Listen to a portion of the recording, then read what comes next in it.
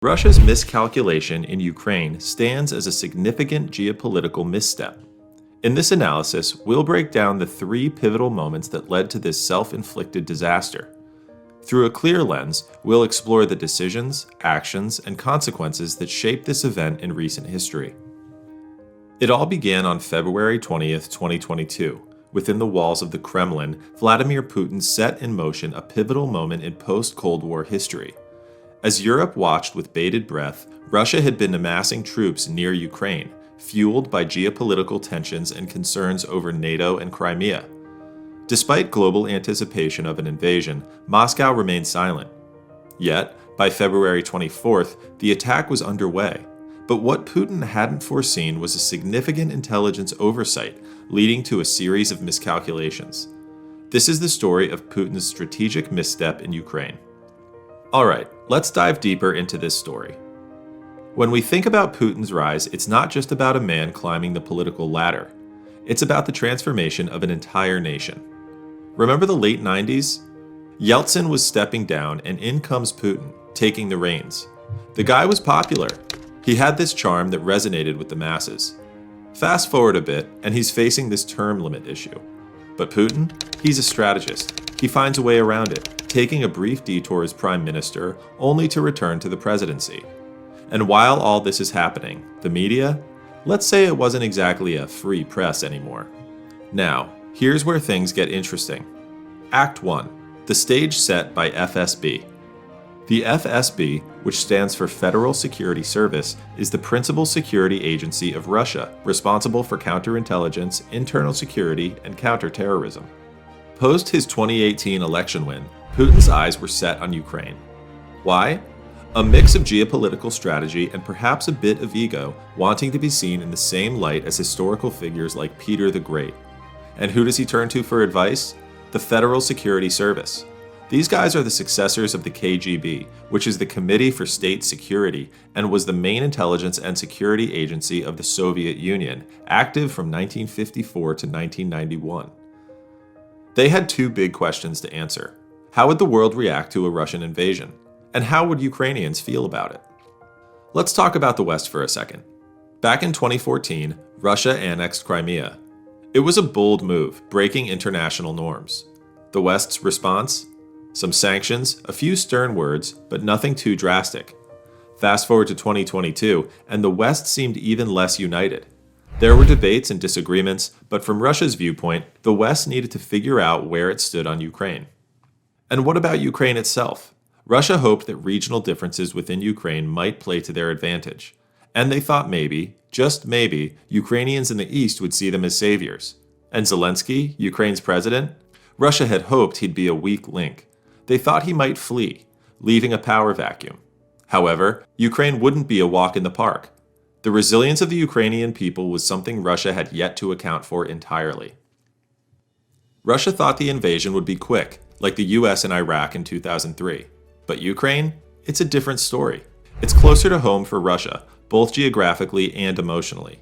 And while Moscow had weathered prolonged insurgencies before, like Afghanistan in the 80s, Ukraine was a different ballgame. Now, this brings us to Act 2, the military's confirmation. It was evident that Putin wasn't getting better advice from his so-called generals. Why? It was because, looking at things from the beginning, this was not a fight. Although, taking an approach to getting precise data on military capabilities can be daunting at times. However, this was what brought them to the situation they are currently in. So, let's break this down. Russia seemed to have the upper hand in almost every way you could measure. Their GDP? Way higher. Their military personnel? They outnumbered Ukraine by a lot. And their military spending? Through the roof compared to Ukraine. On the surface, it looked like a mismatch. But here's the thing. Numbers only tell part of the story. Sure, Russia had an enormous army and more tanks, but they also had other borders to worry about. They couldn't just throw everything at Ukraine. They had to keep an eye on Finland, the Baltic states, and even far-off places like China and Japan. And Russia, they were pretty proud of their military. They'd modernized, gotten rid of old Soviet equipment, and were ready to show the world what they could do. They even bragged about it to the US. But as we all know, there's a difference between confidence and overconfidence. Now, let's talk about Ukraine for a second. The annexation of Crimea, that went smoothly for Russia, and the situation in eastern Ukraine, Russia supported separatists there, and they had the upper hand. But this was all before a full-scale invasion. Russia thought that if they could dominate in these more minor conflicts, a larger invasion would be a piece of cake. They had a plan: knock out Ukraine's air defenses, dominate the skies, and march into Kiev. They even gave their soldiers a timetable, but as we've seen repeatedly in history, things sometimes go differently than planned. Even the US thought Russia would have an easy time. They believed Ukraine wasn't ready for a full-scale invasion. But sometimes, the underdog can surprise you. Russia was just one battle away from changing the war's course. They thought they could shock and awe their way into Kiev. And why not? It had worked for other countries in the past. But Ukraine, they weren't about to roll over. And as the saying goes, pride comes before a fall. Putin was about to learn that lesson the hard way. Pravda, which translates to truth in Russian, was the official newspaper of the Communist Party of the Soviet Union from 1918 to 1991.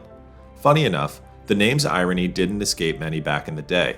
Fast forward to 2022, and it seems the news reaching Putin wasn't exactly living up to that truth standard. While the West might have been lukewarm about Crimea, a full-blown European land invasion, that was a line not to be crossed. There was some disagreement within NATO, but it wasn't much about supporting Ukraine. It was more about how seriously to take Putin's intentions. However, the belief that Ukraine wouldn't stand its ground was a massive miscalculation. Zelensky, he was all in for a fight, and the Ukrainian people, they were right behind him, flags waving high. However, Putin's circle wasn't giving him the complete picture. Why? Well, think about Saddam Hussein for a moment. Far from the family man image some might have, he was notorious for, let's say, eliminating advisors who disagreed with him. Not the best strategy if you want honest advice, right? The absolute truth gets lost when everyone tries to tell you what they think you want to hear. Now, Russia isn't Iraq. Putin couldn't just get rid of dissenters in broad daylight, but those who disagreed had a knack for encountering some very unfortunate accidents. So, any differing opinions, especially from the FSB, rarely saw the light of day. And the Russian military, they weren't helping either. It wasn't about getting the wrong intel. It was more about a deep-seated culture of complacency. Imagine a scenario where everyone, from top brass to the foot soldiers, goes with the flow, not caring about the bigger picture. That's what was happening. And the media, they could have been a check on this, but with Putin's tight grip on them, that wasn't happening. And here's a twist: Ukraine had a hunch that the Russian military wasn't all it was cracked up to be. So, they sent their foreign intelligence service, the SZRU, to do some snooping. And what they found was shocking. Tanks, lots of them, prepped for, well, something, but no mechanics in sight. And the soldiers, they seemed more interested in making a quick buck to buy booze than military readiness. Not quite the picture of a formidable army. Now, on to Act 3. Putin decides to invade. Putin was in the dark about all this. He had a partial picture, not even what Ukraine knew about his forces. It's easy to think he acted out of anger or some irrational impulse, but the reality is that his decisions were shaped by the very system he'd built over the years.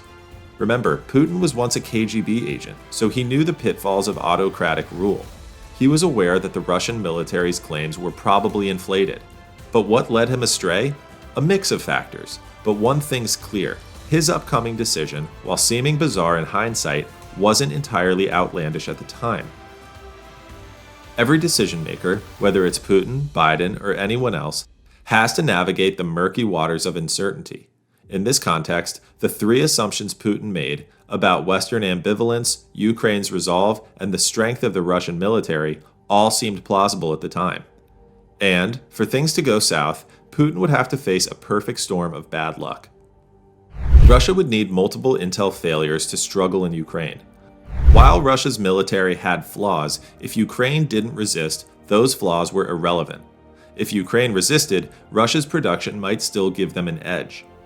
Many things had to falter for Russia to face difficulty. Putin believed such odds were low. Another factor that influenced Putin's decision was the lack of real pushback. Everyone in the government seemed to be on board with the war. And even if things went south, Putin had plenty of potential scapegoats. Plus, public opinion of him was high going into the war. So, from his perspective, the risks seemed manageable. Things took a different shape when the COVID-19 pandemic began.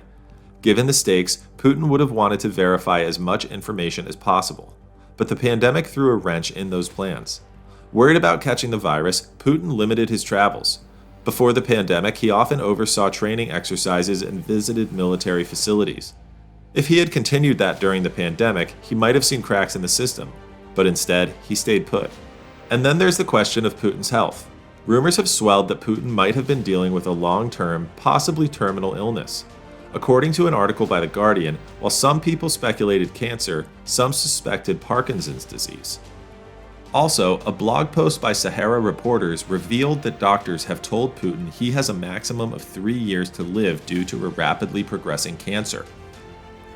While there's no concrete evidence, some signs have raised eyebrows.